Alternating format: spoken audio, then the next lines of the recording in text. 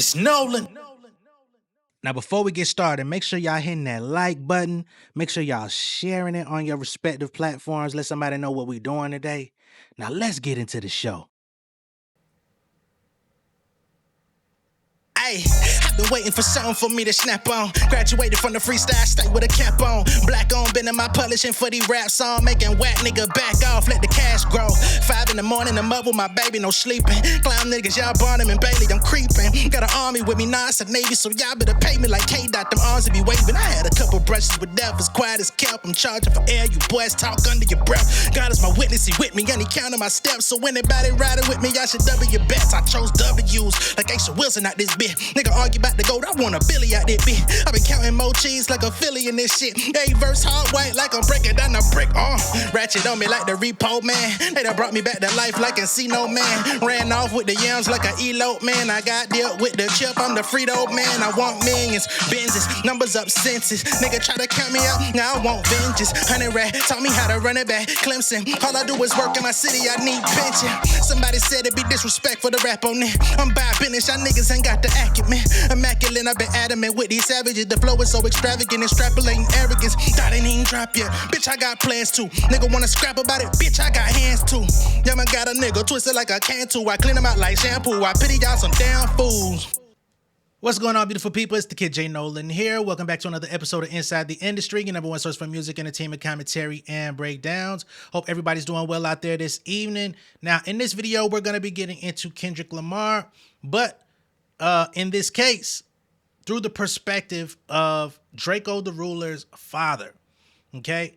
Now, I know there's been some chatter going on about this for the last couple of days, because his dad actually went on No Jumper with Adam 22. Why? I don't know. I still don't understand why people continue to go on No Jumper with Adam 22 of all people, but he does have a very large platform, just like Vlad.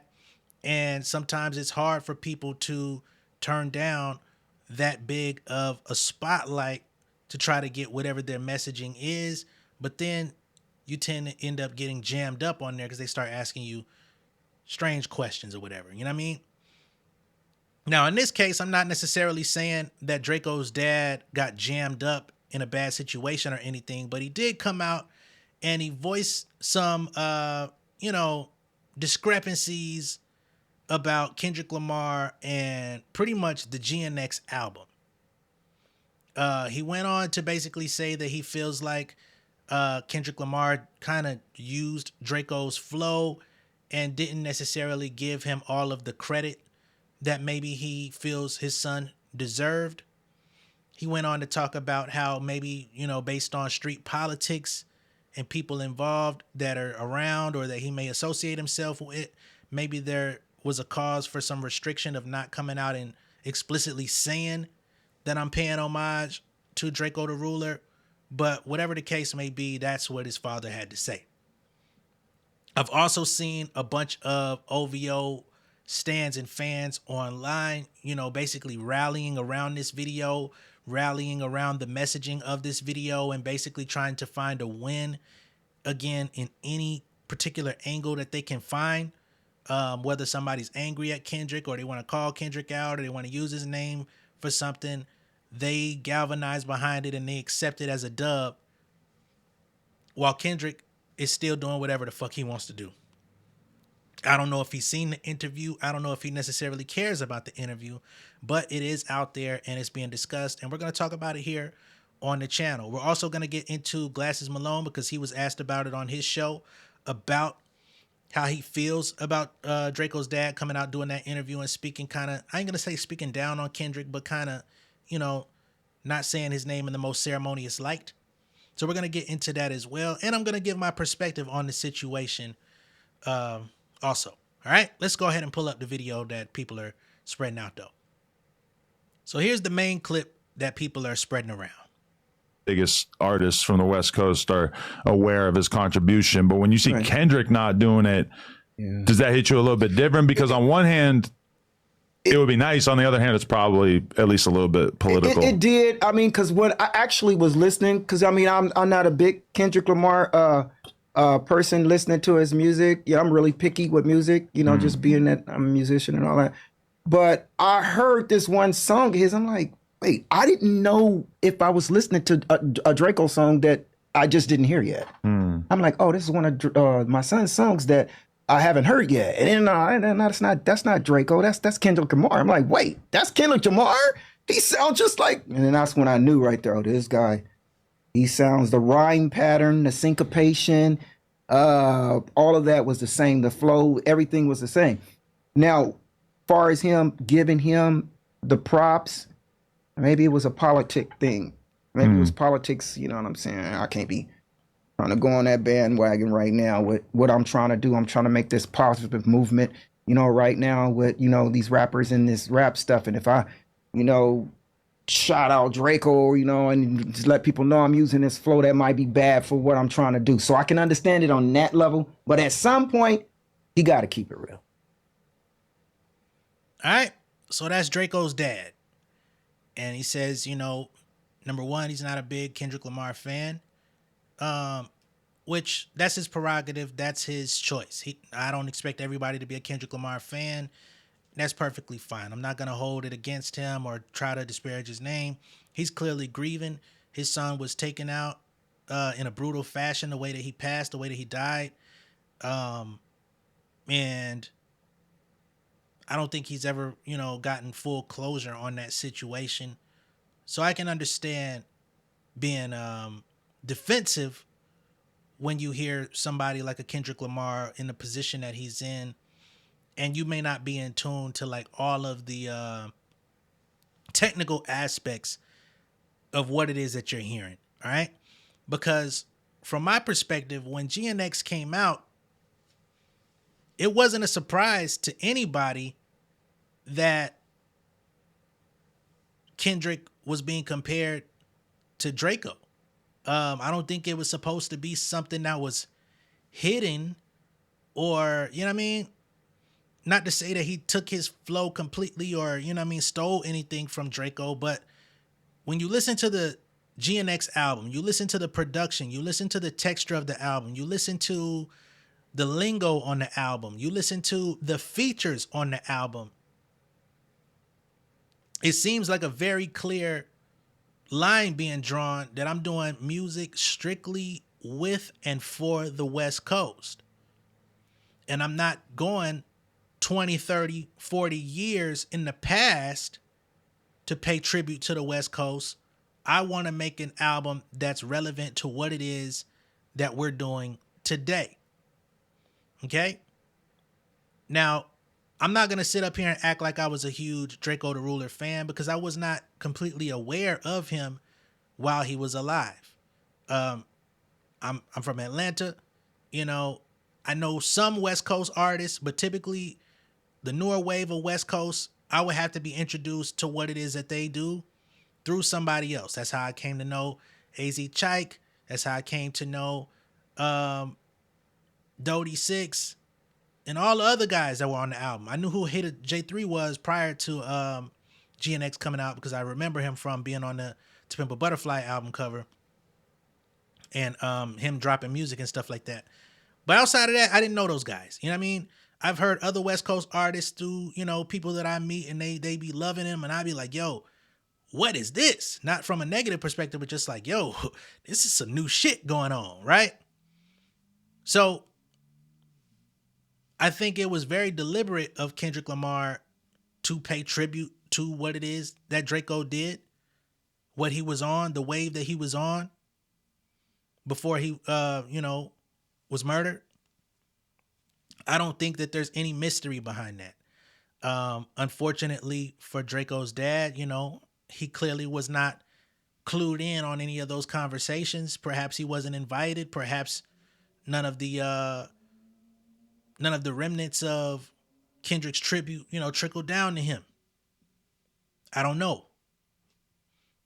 But I don't find it strange as some people might. I feel like if you listen to that album in comparison to the rest of his albums, you can see he was deliberately putting that sound to the forefront.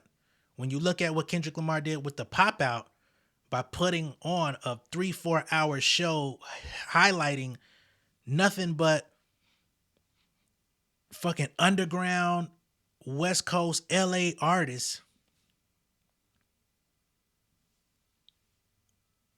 it kind of lets you know bruh is tapped in. Bruh is trying to elongate what it is that the younger acts in that movement are doing. Otherwise, he could have been all about self. He didn't have to connect with none of these guys. He didn't have to do none. Nigga would have went double, triple platinum with no features. Let's be fucking clear. All right? And that's all bias put to the side. That's just living in reality. His dad is entitled to feel however he wants to feel. But I think for anybody that's actually paying attention to what's going on, like, and he, of course, he's talking about his son. He's an older guy. He's a musician himself. But I'm quite sure he's not like super tapped in to like everything going on musically. Right? But again, the OVO fans are trying to take that and run with it and be like, see, he's stealing from Drakeo. Even Draco's dad said he's stealing. He's taking his flow and not paying homage. He paid homage quite a bit. It didn't take a lot of fucking searching and digging around to see. I could have swore just days after, within the first couple of days of the album dropping, people were like, oh, here's where tribute was paid. Here's where tribute was paid. Check this out. Here's where Kendrick.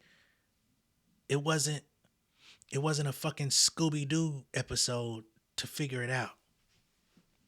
But I do wish Draco's father healing. You know what I mean? Now, let's get to Glasses Malone addressing this a little bit, because of course we're probably never going to hear Kendrick Lamar talk about this. We may never get another on-camera Kendrick Lamar interview ever. You know? It's just the way it is. But here's what Glasses had to say about the situation. That's a good thing. I saw that too. I have a lot of patience when somebody passes away. I mean, when someone passed away, like how Drakeo died in a really, very, honestly, very irresponsible on his behalf. And I know that's fucked up because he did pass away, but it was really irresponsible on his behalf because culturally, like, he meant more to everybody on the West than some of the stuff he was getting himself into and some of the things that he was saying. You know what I'm saying? Like, he put himself in a really bad situation, you know what I mean? And it ended up fucked up for him. And we got robbed of somebody, you know what I mean, that really could have done incredible things for West Coast, you know, street urban culture, for hip hop. And his dad, I would imagine, is really sad to lose his son. Now, I don't know their dynamics. His brother, Ralphie the Plug, is doing really good with his music. You know what I mean? But I really kind of got to have like mercy on his dad for whatever he's saying. But it's irresponsible of his dad to question somebody's intention without reaching out and speaking to them. Like, Doc, one thing I give Doc credit, he not ducking nobody. Like, he not the kind of person that if there's any question, not to mention, like, that's the point of Snoop just hit me today. Shout out to Snoop Dogg. He FaceTimed me earlier. We was talking for like an hour. And he was telling me how important it is for me to keep leading the path and being okay when somebody is influenced by something that I do. He said that's the hardest part for him. He said it's like sometimes he'll get lost and be like, wait a minute, y'all giving credit to that nigga when I started this. And he was saying that to me because a lot of the things that I come up with, people kind of take them and do it. Like right now, what we did with this, you know what I'm saying? And I understood.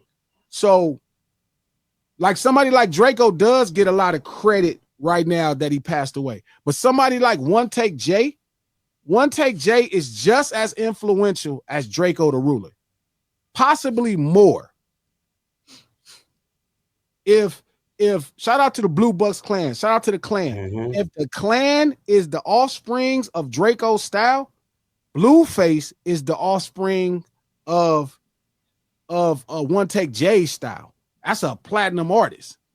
So it kind of comes and goes, like we inspire each other. So it's nothing wrong if you feel that there's a flow comparison to what this man is doing.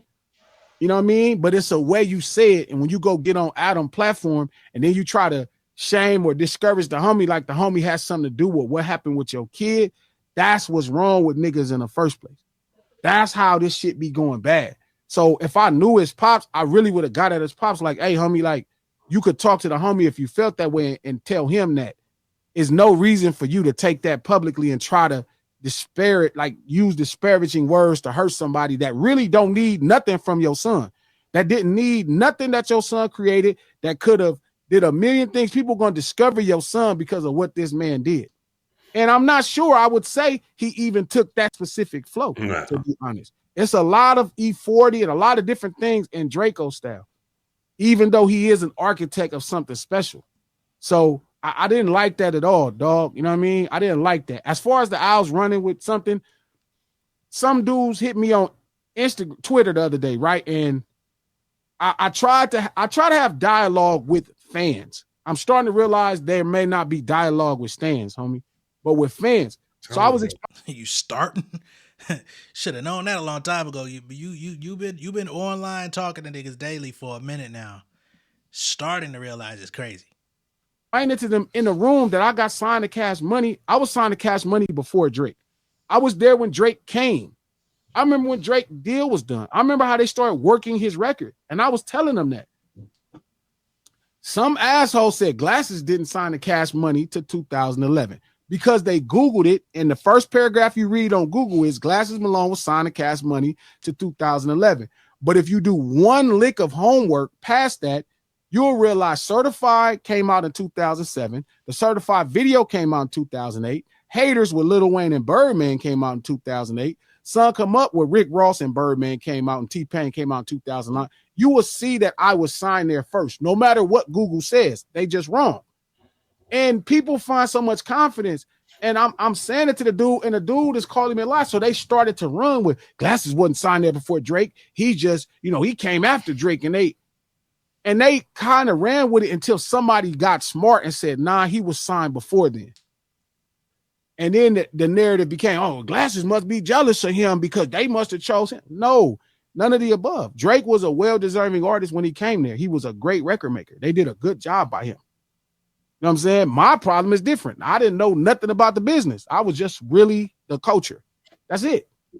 So things happen for him the way they should because he worked and he got really good. And his team, who is not really credited in all of this, somebody like 40, they really dope. It was just a low. Nigga, I didn't have no producer. It was just Glasses. So I'm not mad at anything, but the point I'm saying, when you saying the Owls kind of run with it, that's just what it's going to be. And Dot is prepared. Like one thing I when I do say something to Kendrick, I always make sure and remind him that he's prepared for the moment.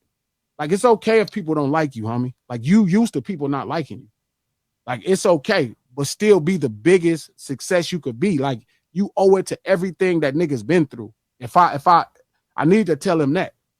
All the shit we've been through, all them tours, all the doors slammed in our face. Times people wouldn't show us love. Times people hated on us. Times where it was fucked up. Times where they was in that back room eating chicken. Times where me and Top trying to figure out my career. He trying to help me. Times when J-Rock, things were Warner, when it fell apart. All that shit, nigga, you owe success at the highest level.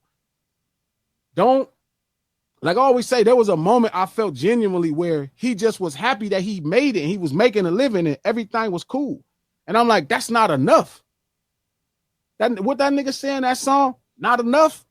I'm like, nigga, I remember that. I remember being on him like, nigga, you can have it. And he got the #1 spot. Now do whatever you want to do. You, nigga, you owed it to the struggle.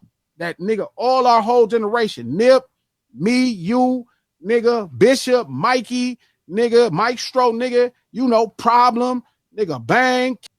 So that was Glasses Malone and his assessment of the situation. He kind of echoed my sentiments in having some grace for Drakeo's father, understanding that he's grieving, understanding that, he's just trying to process and move forward with life. And, when that's the case, you can't really hold too much against a person, although it has been some years now, you know what I mean?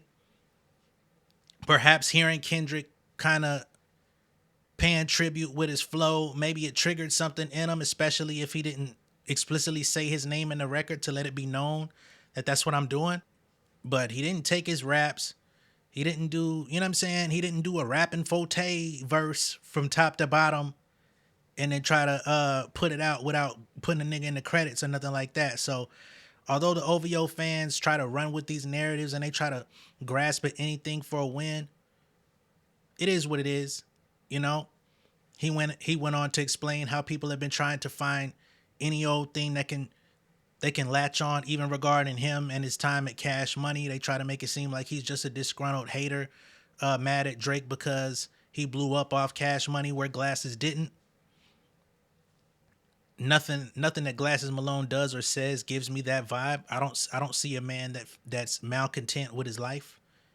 He just talk how he like to talk. I don't agree with everything that he says when he talks either.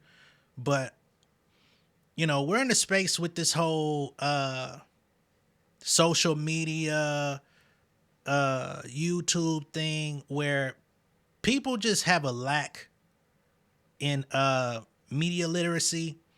They have a lack in comprehension of nuance. They have a lack of emotional intelligence in keeping themselves in check. And those are typically the people that you're going to see crashing out. You know, I wish all of y'all the best though. You know what I mean? There's no reason anybody should be online crying daily on behalf of their favorite rapper. It makes no fucking sense. You're not going to change anything.